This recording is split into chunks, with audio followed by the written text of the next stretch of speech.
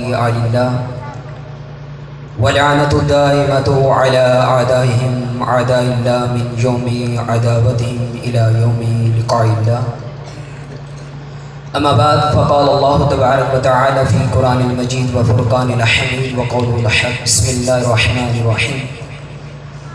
یا ایھا الذین آمنوا استجیبوا للہ وللرسول اذا دعاکم لما یحییکم. صدق اللہ العلی العظیم. درود پڑھیں محمد و آل محمد کی ذات پر.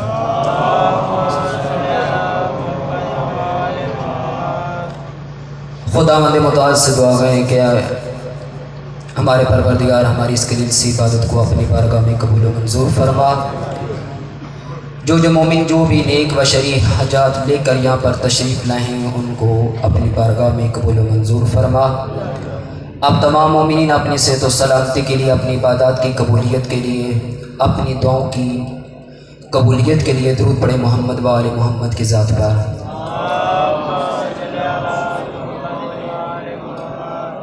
اگر زحمت نہ ہو تو یہ جو مومنین کرام بیٹھے ہیں تو اگر سامنے تشریف لے آئیں، تو اگر زحمت نہ ہو تو سامنے آ جائیں.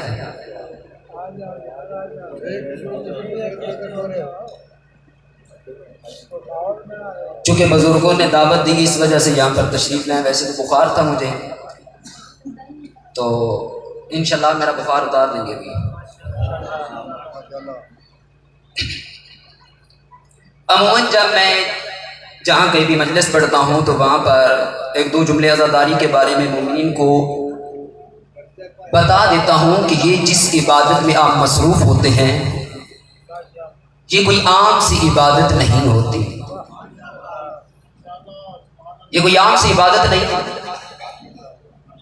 بزرگ علماء فرماتے ہیں کہ جب تم کسی مجلس کی طرف جا رہے ہو، تم سے کوئی پوچھے کدھر جا رہے ہو، تو یہ نہ کرو کہا کرو میں مجلس میں جا رہا ہوں، بلکہ کہا کرو میں کربلا کی طرف جا رہا ہوں. عزاداری کا بہت مقام ہے، بلند مقام ہے.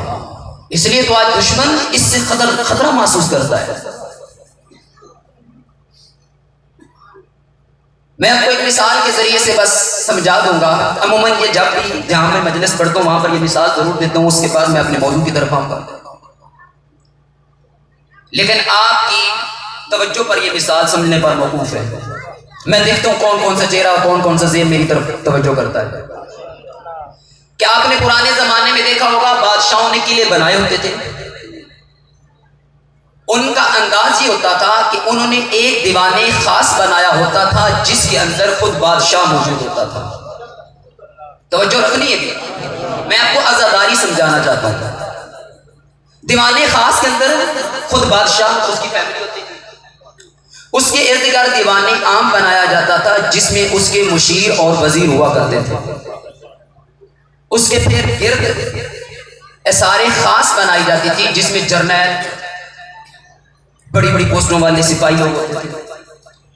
اس کے بعد ایک اثارے عام بنائی جاتی ہے جس میں عام سپاہی ہوتے ہیں، اور اس کے ارد گرد خندق کھود کے اس میں پانی چھوڑ دیا جاتا ہے. توجہ کیجیے گا مثال پر، تاکہ جب اگر دشمن بادشاہ پر حملہ کرنا چاہتا ہے تو پہلے خندق کو عبور کرے، پھر اثار عام کو عبور کرے، پھر اثار خاص کو عبور کرے، پھر دیوان عام کو عبور کرے، پھر بادشاہ تک پہنچے. بتانا یہ چاہتا ہوں کہ توحید کے اندر بھی اسی طرح کا سلسلہ ہے، دین کے اندر بھی اسی طرح کا سلسلہ ہے. اس دیوان خاص کا نام ہے لا الہ الا اللہ، اس دیوان عام کا نام ہے محمد الرسول اللہ، اس اثار خاص کا نام ہے علی ولی اللہ، اس اثار عام کا نام ہے حسین ابن علی. اور وہ ارد گرد جو خندق ہوتی ہے وہ انہی عزاداروں کے آنسو ہیں، اور یہی عزاداری ہے.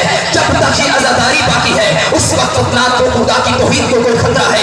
جب تک یہ عزاداری باقی ہے نہ علی کی ولایت کو کوئی خطرہ ہے. جب تک یہ عزاداری باقی ہے نہ نبی کی نبوت کو کوئی خطرہ ہے. جب تک یہ عزاداری باقی ہے اس وقت دین اسلام ہمیشہ کے لیے تحفظ میں رہے گا. آج کہتے ہیں مجالس میں نہ جائے، شیعوں کے مجالس میں جانے سے نکاح ٹوٹ جاتا ہے. ہمارے تو اتنے نکاح کمزور ہوتے نہیں کہ چھوٹی سی بات سے ٹوٹ جائے. شیعوں کی مجالس میں نہ جائے تو وہاں پر نکاح ٹوٹ جاتا ہے. ایک مولانا صاحب نے اعلان کر دیا، ان کی بیوی بہت تنگ تھی، اس نے کہا اچھا پیکج مل گیا. صبح مجلس تھی، وہ مجلس میں چلی گئی. جب واپس تشریف لائی تو مولانا صاحب نے کہا کہ ہاں کہاں سے تشریف لائی ہو؟ کہا کہ مجلس میں گئی ہوئی تھی. ڈنڈا پکڑا. کہا کیوں اٹھایا؟ کہا کہ اس لیے کہ تم شیعہ کی مجلس میں گئی ہو. کہا کہ پہلے تو تم میرے شوہر تھے، میں تمہاری زوجہ تھی، تم مجھ پر حق رکھتے تھے، لیکن تم نے خود اعلان کیا ہے کہ جو شیعہ کی مجلس میں جائے گا اس کا نکاح ٹوٹ جاتا ہے. میں شیعہ کی مجلس میں چلی گئی. اب تم نہ میرے شوہر، میں نہ تمہاری زوجہ، اب تجھ کو مجھ پر کوئی حق نہیں ہے. اس وقت مولانا صاحب کہتے ہیں نہیں، ایک دفعہ جانے سے نہیں ٹوٹتا، 3 دفعہ جانے سے ٹوٹتا ہے. اس کو ایک شاعر بہت خوبصورت انداز میں کہتا ہے. وہ کیا کہتا ہے؟ جو نسل سے یزید کی رکھتے ہیں رابطہ، جو نسل سے یزید کی رکھتے ہیں رابطہ، آج بھی چلتے ہیں روزہ سرور کو دیکھ کر. مجلس میں آنا اس لیے بدعت بتا دیا، یاد غدیر آتی ہے منبر کو دیکھ کر. مجلس میں آنا اس لیے بدعت بتا دیا، یاد غدیر آتی ہے منبر کو دیکھ کر. مومنین کرام، نہ مجھے داد چاہیے، نہ تو آپ کو نہ داد چاہیے، نہ دال چاہیے. جو پیغام پہنچانا چاہتا ہوں بس وہ اپنی توجہ سے سماعت کرنا. چونکہ ابھی مجھے لگتا ہے میرا بھی بخار اترنے لگا ہے، ورنہ صبح کا بخار تھا. ادھر نلکے اڈا پر 1 بجے مجلس پڑی ہے، وہاں پر بہت طبیعت ناساز تھی، لیکن ابھی خدا نے کیا کہ آپ کے چہروں کو دیکھنے کے بعد میرا بھی بخار اتر رہا ہے. کہ جس طرح خدا نے قرآن مجید میں ارشاد فرمایا ہے کہ اے لوگوں ان الصلاۃ تنہا عن الفحشاء والمنکر، اے لوگوں نماز برائی سے روکتی ہے.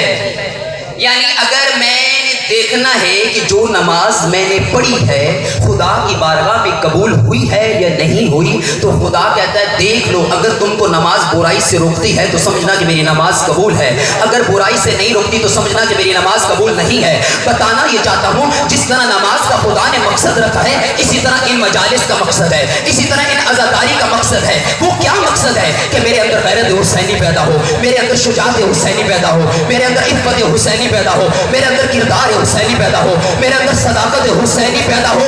آج 12 محرم کو دیکھ لیں کہ 10 دن میں مجلس حسین میں گیا، آیا میرے اندر غیرت حسینی پیدا ہوئی؟ آیا میرے اندر شجاعت حسینی پیدا ہوئی؟ آیا میرے اندر عفت حسینی پیدا ہوئی؟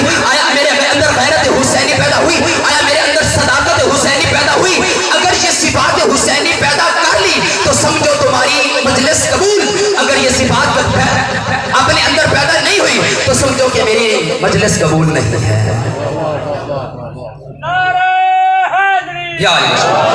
کیونکہ ہر عبادت کا مقصد ہے. تم نماز پڑھو کیوں؟ تمہیں برائی سے روکے. یا ایھا الذین آمنوا کتب علیکم الصیام کما کتب علی الذین من قبلکم لعلکم تتقون. اے لوگوں تم روزے رکھو کیوں؟ تاکہ تم متقی بن جاؤ، تاکہ تم متقی بن جاؤ. میں اب آپ کو کہہ رہا ہوں کہ یا ایھا المؤمنون، اے حسین ابن علی کے پیروکاروں، حسین ابن علی کے شیعوں،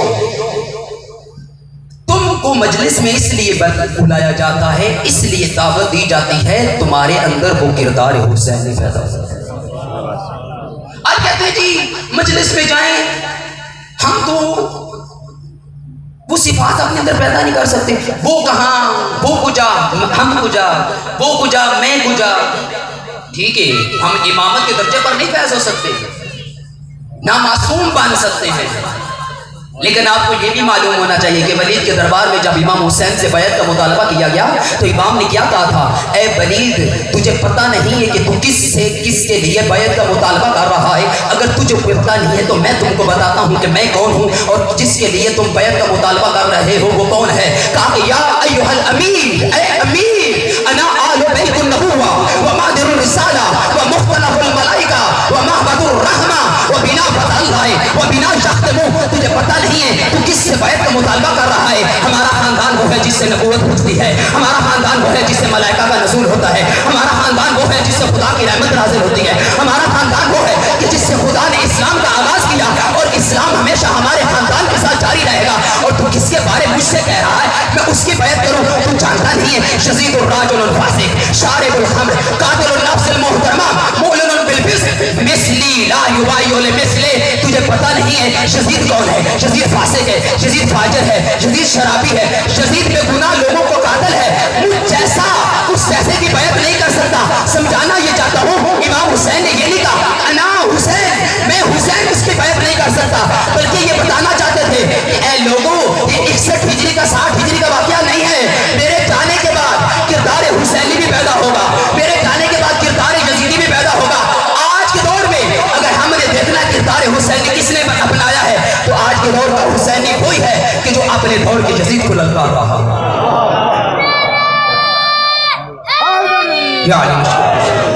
آج کے دور کا حسینی کون ہے؟ وہی کہ جو اپنے دور کے یزید کو برات کر رہا ہو، اعلان کر رہا ہو کہ تم مجھے کہتے ہو کہ میں تیری بیعت کروں. امام حسین علیہ السلام جب کربلا میں آئے وہاں پر فوراً نے آپ کے قافلے کو روک لیا، کارواں کو روک لیا، کہا کہ مجھے عمر صاحب نے حکم دیا ہے کہ اس کارواں کو یہاں پر روک کے رکھو، اس کو آگے نہیں تمہیں جانے دینا. امام حسین علیہ السلام نے کہا اگر تم میں نہ رکوں پھر کیا کرو گے؟ کہا کہ اگر آپ نہیں رکیں گے تو میں آپ کو قتل کر دوں گا. امام حسین علیہ السلام نے فرمایا کہ تمہارے اوپر تمہاری ماں روئے. آج میں بتانا چاہتا ہوں کہ ہور کا مقدر کیوں تبدیل ہوا تھا. ہور کا مقدر کیوں تبدیل ہوا؟ کہا کہ مولا اگر مجھے کوئی اور یہ جملہ بولتا تو میں ضرور بولتا، لیکن فاطمہ وہ ہے کہ جس کے نام کے لیے زبان کا بھی پاک ہونا ضروری ہے. یہ ادب تھا جس نے ہور کو ہور بنا دیا، یہ تعظیم تھی جس نے ہور کو ہور بنا دیا، ورنہ اور بھی بہت سارے. امام حسین علیہ السلام اسی خطبے کے اندر بہت خوبصورت جملہ بیان کرتے ہیں. امام علیہ السلام سے جب کہا گیا کہ آپ اس کی بیعت کر لیں، یزید کی بیعت کر لیں، امام نے کیا فرمایا کہ ان الدی ابن دی قد رکزنی بین اثنتین بین سلۃ و سلہ و ہاتھ من ذلہ. اس نابکار کے نابکار بیٹے نے مجھے حسین کو دو راہ پر لا کر کھڑا کر دیا ہے. اس ایک عزت کا راستہ ہے اور ایک ذلت کا راستہ ہے. عزت کا راستہ کون سا ہے؟ عزت کا راستہ آسائش کا راستہ ہے. عزت کے راستے میں بھوک نہیں ہے، عزت کے راستے میں پیاس نہیں ہے. لیکن ذلت کا راستہ کون سا ہے؟ عزت کا راستہ کون سا ہے؟ عزت کا راستہ چمکی ہوئی تلواروں کا راستہ ہے. عزت کا راستہ اپنا سر کٹوانے کا راستہ ہے. عزت کا راستہ اپنا کنبہ قربان کروانے کا راستہ ہے. عزت کا راستہ بیویوں کو اسیر کروانے کا راستہ ہے. عزت کا راستہ مدینہ کو چھوڑنے کا راستہ ہے. عزت کا راستہ مکہ کو چھوڑنے کا راستہ ہے. عزت کا راستہ اپنی بہنوں کو قربان کروانے کا راستہ ہے. عزت کا راستہ بیویوں کا بازاروں میں جانے کا راستہ ہے. عزت کا راستہ درباروں میں جا کر خطبے دینے کا راستہ ہے. لیکن حسین ابن علی کیا کہتے ہیں؟ اے ہاتھ میں نہ ذلہ، مجھ جیسا مجھ سے ذلت دور ہے. کیوں فرمایا؟ اس لیے کہا کہ جس گود میں میں نے دودھ پیا ہے اس نے آج تک مجھ کو ذلت کا درس نہیں دیا، اس نے عزت کا درس دیا ہے. تو مجھ کو کہہ رہے ہیں حسین ذلت برداشت کر، کہا کہ نہ ہے ہاتھ بھی نہ ذلہ. آج حسین ابن علی کے پیروکار کا نعرہ کیا ہونا چاہیے؟ جب آ کر کہا جاتا ہے کہ اپنے دور کے یزید سے ڈیلنگ کر لو، اس کے ساتھ مل بیٹھو، اس وقت حسین ابن علی نے بتا دیا ہے ہاتھ میں نہ ذلہ، مجھ سے ذلت دور ہے. یہ مروان بن حکم پلید ترین انسان، یہ کریکٹر تاریخ کے پڑھیں، یہ مروان کیا نجاست تھی، کیا پلیدگی تھی. اور رسول اللہ صلی اللہ علیہ وآلہ وسلم نے اس کو مدینہ سے کیوں نکالا؟ خلیفہ اول کے اندر جرت نہیں ہوئی کہ اس کو واپس مدینہ میں لائے، خلیفہ دوم کے اندر بھی جرت نہیں ہوئی، لیکن جب بلادری کا بندہ آیا تو اس نے بلا دیا. یہی صبح امام سے ملاقات کرتا ہے، کہتا ہے مولا میں آپ کو بہت اچھا مشورہ دینا چاہتا ہوں. کہا کہ کیا؟ کہا کہ آپ یزید کی بیعت کر، آپ یزید کی بیعت کر لیں. امام اسلم نے بہت خوبصورت جملہ فرمایا. کیا فرمایا؟ وعلی الاسلام السلام اذا بلیت الامت برائے مثل یزید انا للہ وانا الیہ راجعون. تو جانتا نہیں ہے کہ اس اسلام کا فاتحہ پڑھ دو، اس اسلام کا جنازہ نکال دو جس پر یزید جیسا فاسق و فاجر حاکم بن جائے. جو میں نے آیت کی تلاوت کی تھی، اب میں آپ کے مزاجوں کو دیکھ کر، اپنا بھی مزاج دیکھ کر میں نے اس ٹاپک کو چھوڑ دیا ہے، کیونکہ قبلہ نے کہا ہے کہ آپ کے پاس فقط 15 منٹ ہیں اور اس کے لیے کم از کم 1 گھنٹہ چاہیے تھا۔ مجھے یہی بتایا گیا کہ آپ نے 1 گھنٹہ تقریر کرنی ہے، تو میں اسی کے مطابق ہی آمادہ ہو کر آیا تھا، لیکن اب میں نے وہ ٹاپک چھوڑ دیا ہے۔ یہ حسین ابن علی کون سے تھے؟ آج کہتے ہیں کہ لاچار حسین، مجبور حسین، نا، با اختیار حسین، با اختیار، بے اختیار نہیں۔ میں آپ کو کہتا ہوں مومنین اکرام مجلس سے بیٹھ جائیں، آپ کو اختیار ہے، جس راستے سے جانا چاہتے ہیں جا سکتے ہیں۔ آپ کہیں گے مولانا صاحب ایک راستہ ہے، تو راستے ہی نہیں کہ آپ ہمیں اختیار دیں، لیکن اگر 2 راستے ہوں تو پھر میں کہہ سکتا ہوں پھر آپ کا بھی مجھ پر کوئی سوال نہیں بنتا۔ امام حسین کے پاس 2 راستے تھے، یزید کی بیعت کر لیتے، سکون رہتا، کوئی مشکل پیش نہ آتی، لیکن امام نے کیا کہا کہ اس نابکار کے نابکار بیٹے نے میرے سامنے 2 راستے رکھ دیے، ایک ذلت کا راستہ ہے اور ایک عزت کا راستہ ہے، لیکن حسین ابن علی کبھی بھی ذلت برداشت نہیں کر سکتا۔ یہ ہیں ہمارے مولا امام حسین مومنین کرام، اس حسین کو ہم ماننے والے ہیں، اس حسین کو۔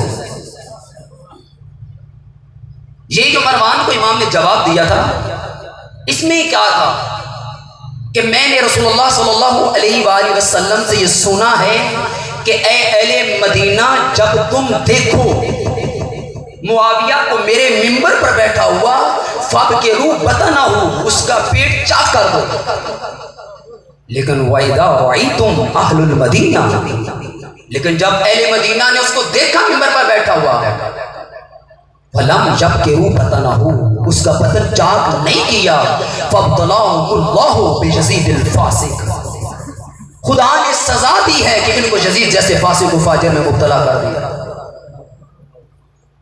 یہ ہے ہمارے مولا امام حسین۔ جب کہا جاتا مولا آپ مکہ چلے جائیں، مولا کسی غار میں پناہ لیں، مولا فلاں جگہ پر چلے جائیں، یہی امام کے اپنے بھائی محمد ابن حنفیہ کہا کہ آپ یمن میں چلے جائیں، وہاں پر اگر سکون نہ ملے آپ کسی غار میں جا کر چھپ جائیں، اگر وہاں پر بھی آپ کو جگہ نہ ملے پھر آپ کسی چلتے رہے یہاں تک کہ یزید کی موت کی خبر پہنچ جائے۔ امام حسین علیہ السلام نے کیا فرمایا؟ بہت خوب آئی، تم نے مجھے بہت اچھا مشورہ دیا، جزاک اللہ خیرا، تجھے خدا اس کے بدلے میں خیر عطا کرے، تم نے بہت اچھا مشورہ دیا ہے، لیکن حسین کیا کہا امام حسین علیہ السلام نے کہ اگر میرے لیے اس دنیا میں کوئی ٹھکانہ اور جگہ پناہ نہ رہے، لما بیعت یزید ابن معاویہ، میں کبھی بھی یزید ابن معاویہ کی بیعت نہیں کروں گا۔ یہ ہیں ہمارے مولا حسین کہ کبھی بھی طاغوت کے سامنے جھکوں گا نہیں۔ مولا آپ کو قتل کر دیں گے، آپ کو شہید کر دیں گے، امام کا کیا جواب آتا تھا؟ انی لا اری الموت الا سعادۃ والحیات مع الظالمین الا برما، میں اس زندگی پر موت کو ترجیح دیتا ہوں کہ جو زندگی ذلت کے ساتھ برداشت کرنی پڑے، جو زندگی ذلت کے ساتھ گزارنی پڑے۔ بہت آ کر مشورے دیتے تھے، مولا آپ یہ کریں یہ کریں یہ کریں۔ حسین ابن علی کے پیروکار کو کیا کہنا چاہیے؟ وہی کہنا چاہیے جو امام حسین کہتے ہیں، کیا اف لہذا الکلام، تف ہو تمہاری کلام پر، تم حسین کو